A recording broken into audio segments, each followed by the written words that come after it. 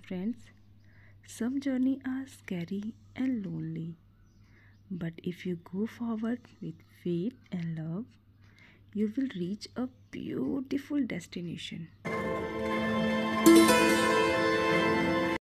आज दिन की शुरुआत थोड़ी लेट हुई है, लगभग 5 बजे, क्योंकि तबीयत थोड़ी बहुत गड़बड़ चल रही है और मैं अभी पढ़ रही हूँ इंडियन पॉलिटी।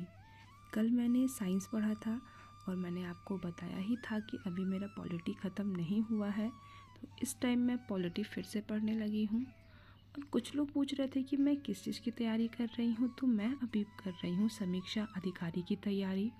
अगर आपने लास्ट टाइम RO समीक्षा अधिकारी का फॉर्म फिल नहीं किया था तो कोई बात नहीं, अभी आपके पास एक और मौका आपको मिलने वाला है।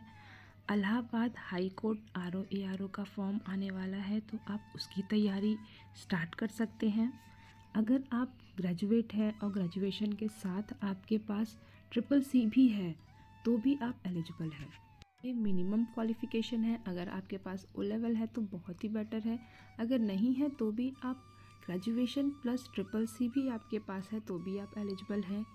एज अगर आपकी 35 से कम है तो आप ये फॉर्म फिल कर सकते हैं। तो आप एक बार ज़रूर चेक करिएगा और फॉर्म को फिल ज़रूर करिए, अच्छा मौका है आपके लिए। कुछ मेरी फ्रेंड्स मुझे कमेंट करके पूछती हैं कि दीदी हमारी एज 30 हो चुकी है और हम किस एग्ज़ाम की तैयारी करें, तो आप इस एग्ज़ाम के लिए अप्लाई कर सकती हैं। और मेहनत तो आपको किसी भी एग्ज़ाम के लिए करना ही पड़ेगा। अगर आप अभी से ये सोच कर के रुक जाएंगे कि हमें बहुत ज़्यादा पढ़ाई करना पड़ेगा तो वो आपकी बेवकूफ़ी होगी, क्योंकि अक्सर हम कुछ करना तो चाहते हैं बट डर लगता है कि यार गलत ना हो जाए, लोग क्या कहेंगे, हमसे नहीं हो पाएगा तो लोग हमारा मजाक उड़ाएंगे। ये सब सोच करके हम रुक जाते हैं, स्टार्ट ही नहीं कर पाते और बस यही हो जाती है हमारी सबसे बड़ी गलती। लोग क्या कहेंगे वो उनका मैटर है, आप खुद को देखिए। स्थिति चाहे जैसी भी हो, बस घबराइए मत, विचलित मत होइए, ब्रेक डाउन मत होइए। खुद को पॉजिटिव रखिए।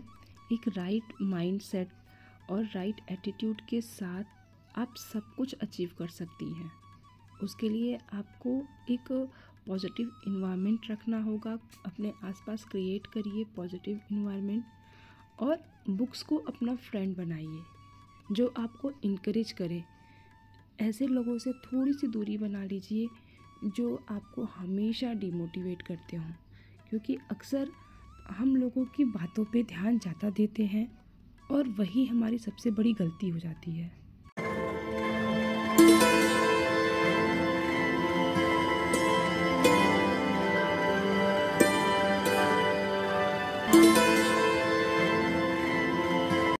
सुबह के 6:15 हो चुके हैं और बच्चे अभी तक सो रहे हैं, क्योंकि अब गिया की छुट्टियां भी स्टार्ट हो गई हैं, एग्ज़ाम्स ख़त्म हो गए हैं।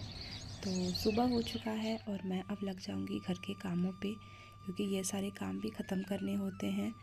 तो ये सब करने के बाद नहा धो करके भगवान की पूजा की, क्योंकि इनके बिना हमारे दिन की शुरुआत कहाँ होती है। और अब लग गई मैं किचन में।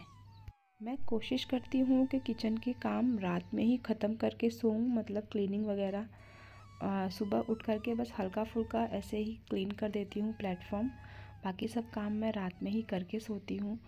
कई बार होता है कि मुझे छोड़ना पड़ जाता है रात में, क्योंकि बच्चे छोटे हैं और बच्चे मेरी रोने लग जाती है कई बार, तो इसलिए उस दिन मैं छोड़ देती हूँ, बट ये रेयरली होता है।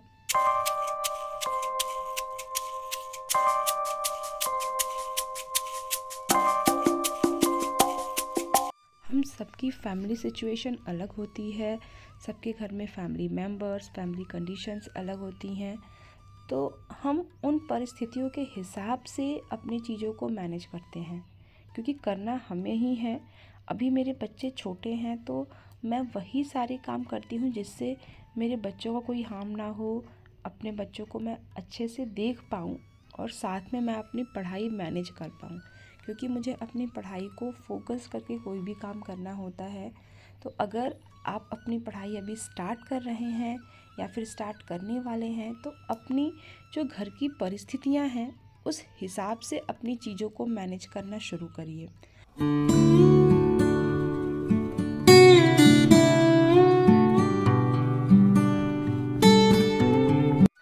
पढ़ाई के लिए टाइम भी आपको ही मैनेज करना है, तो इसलिए थोड़ा सा स्मार्ट वर्क करना सीखिए। डीप क्लीनिंग 2 दिन 3 दिन पे करिए, जब आपको लगे कि हाँ ज़रूरत है। जो डेली आप अपना रूटीन बना के चल रही थी कि डेली आपको डीप क्लीनिंग करती थी, अगर वैसे ही करेंगी तो पढ़ाई के लिए टाइम नहीं निकलने वाला।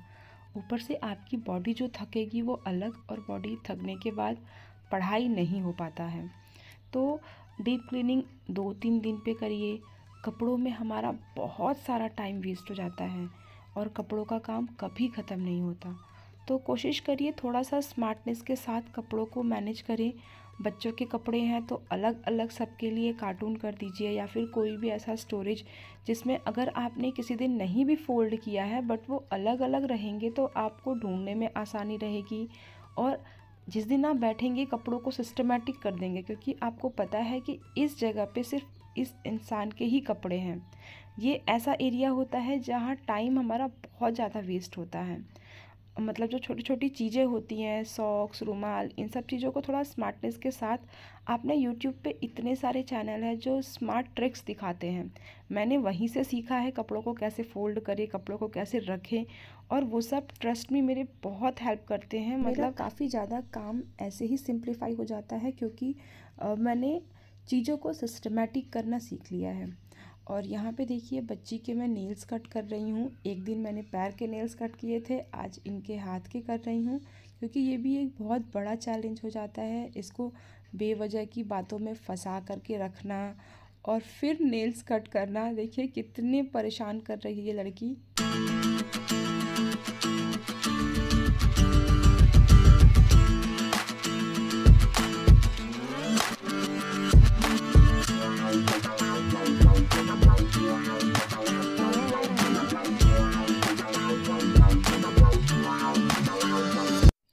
कुछ लोग मुझसे पूछते हैं कि दीदी बच्चे छोटे हैं तो आप कैसे अपनी पढ़ाई मैनेज करती हैं।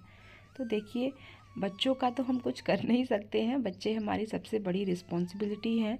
तो बच्चों के साथ अब पढ़ाई करना हैबिट हो चुकी है।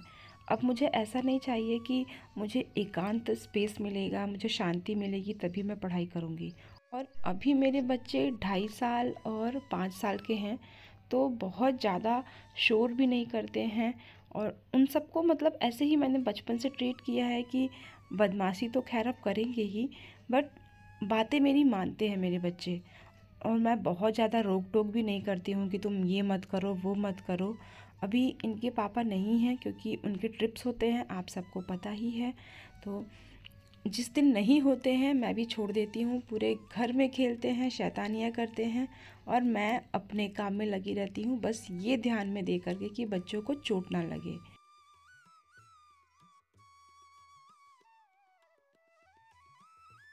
तो कुछ लोग पूछ रहे थे कि दीदी आपको गुस्सा नहीं आता है क्या बच्चों पे।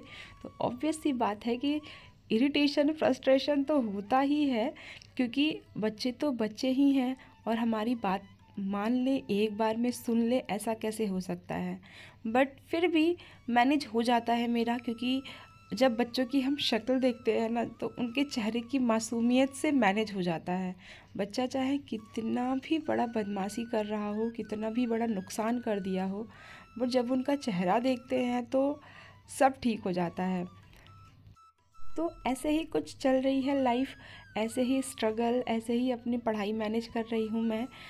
एंड आई एम श्योर कि आप भी ऐसे ही कुछ मैनेज कर रही होंगी, अपनी पढ़ाई, अपने घर के काम, अपने बच्चे, क्योंकि करना तो हमें ही है। मिलते हैं फिर नेक्स्ट वीडियो में, तब तक अपना ख्याल रखिए।